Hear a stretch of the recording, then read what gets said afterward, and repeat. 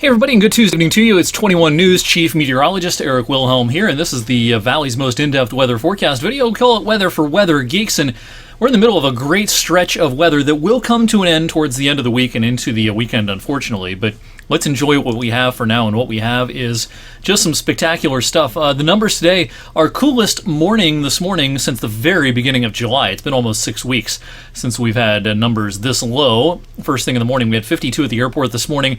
I had about 50 at my place. There were some 49 to 50 degree readings in some places this morning, but of course it was a fast warm-up with a good deal of sunshine today. We made it up to 80 at the airport this afternoon. That's 2 degrees shy of the average of 82. Of course, we're in the middle of a dry stretch of weather right now, but there's been some good news in the rainfall department over the last month. You know, it got pretty dry earlier on this summer. We had a fairly dry stretch from late spring into the first part of summer, but over the last 30 days, a lot of green locally on this map, and everywhere where you see green, that's above average precipitation over the last 30 days. So when you look at our viewing area, very few places are not in the green. So we're doing better. And, you know, I showed you just some numbers last evening. At the airport, we're almost back to normal for the season, meteorological summer, June, July, and August, thanks to the help we've gotten in recent weeks. Now, nationwide, it's a quiet evening. One severe thunderstorm watch, that's from Denver out into the high plains states. Otherwise, not a lot going on across the lower 48 this evening.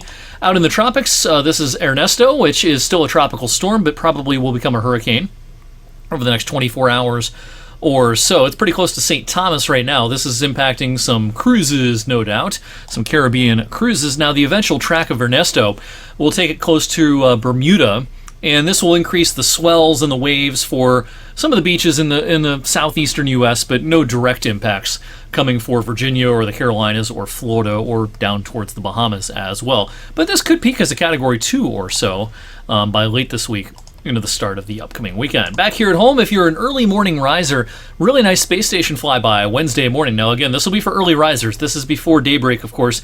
5:29 a.m., look to the southwest sky. It'll reach a maximum elevation above our heads of about 68 degrees. That's pretty high and bright, disappearing about 6 minutes later in the east-northeast sky. So this is worth checking out if you happen to be up and about early on Wednesday morning. The sky will be nice and clear just about all night tonight with high pressure firmly in control of our weather. What you see is what you get into Wednesday. Once again, there'll be some bubbly cumulus clouds Wednesday afternoon, but otherwise no complaints, and we'll stay dry through the day on Thursday. Now, we will start to notice the sky becoming a little bit kind of milky, especially in the second half of the day Thursday as a veil of high cirrus clouds pushes in.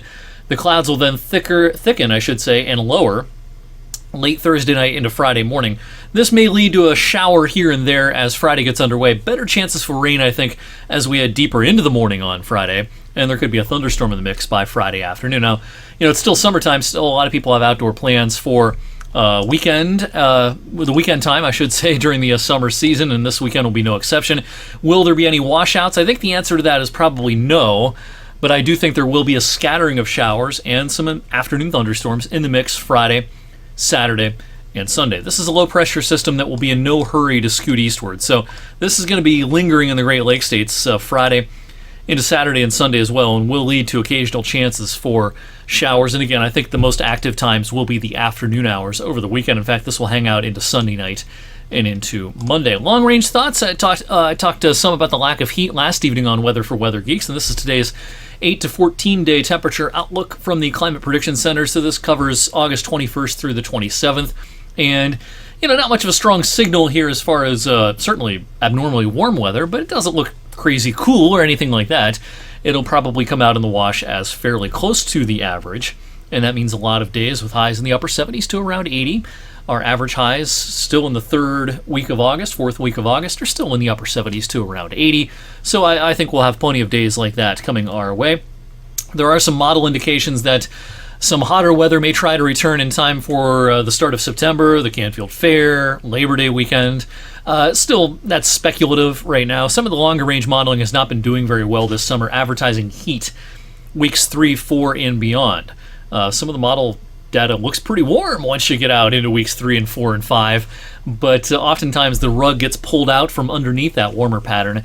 And so, I touched on this some last evening. I think the heat has underachieved a little bit this summer in some parts of the U.S. Now, it'll be a warmer than average summer when we add it all up here locally, but not by a big margin, and it's not going to be as hot of a summer as initially thought back in the late spring and during the first part of this summer season. In the meantime, thank you for watching this Tuesday evening Weather for Weather Geeks video. I will see you same time, same place, coming up on Wednesday.